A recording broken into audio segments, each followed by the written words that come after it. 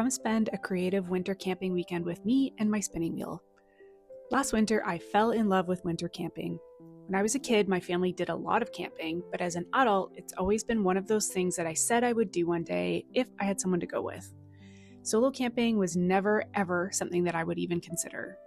As a woman, safety is always a concern, and the thought of having to figure out all the equipment and prep on my own just felt like a lot of work.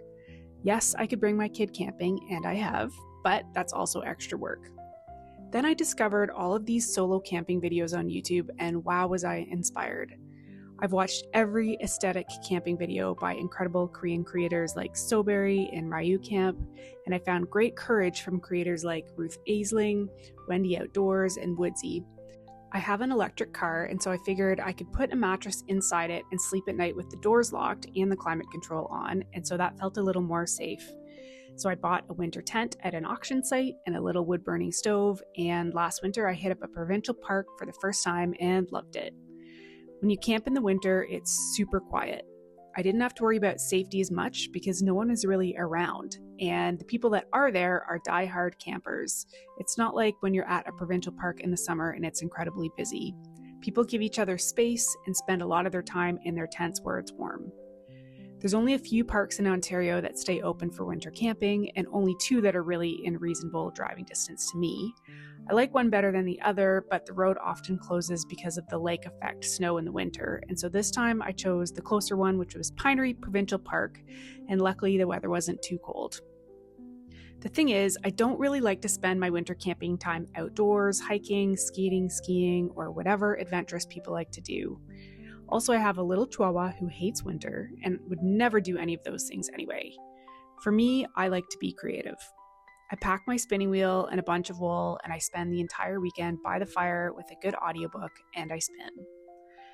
It's been a gloomy and exceptionally snowy winter, and I always find the holidays a little bit hard. So when the opportunity came up to hit the road, I booked a campsite and left right after work on Friday.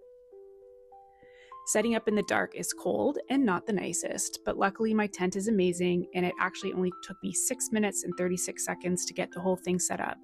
It's an air tent with the stove jack in the roof, so my little stove can keep it nice and warm inside.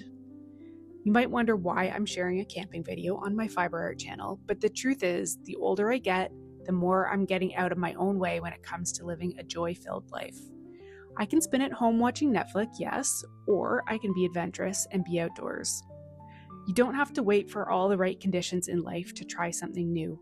Sometimes just jumping in and seeing what happens unlocks creativity in a way that you would never experience otherwise.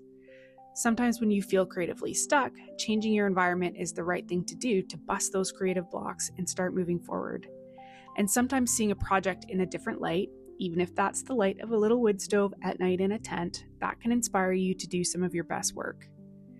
A friend's family owns a local alpaca farm, and I'm spinning a thick and thin, beautiful dark gray alpaca and adding in a little sparkly silver Angelina here and there. For my current weaving series, I want to use a lot of textured yarns, so I'm adding in as much texture as I can so it will really stand out against the warp. Weekend winter camping and being creative was the perfect way to end a long week.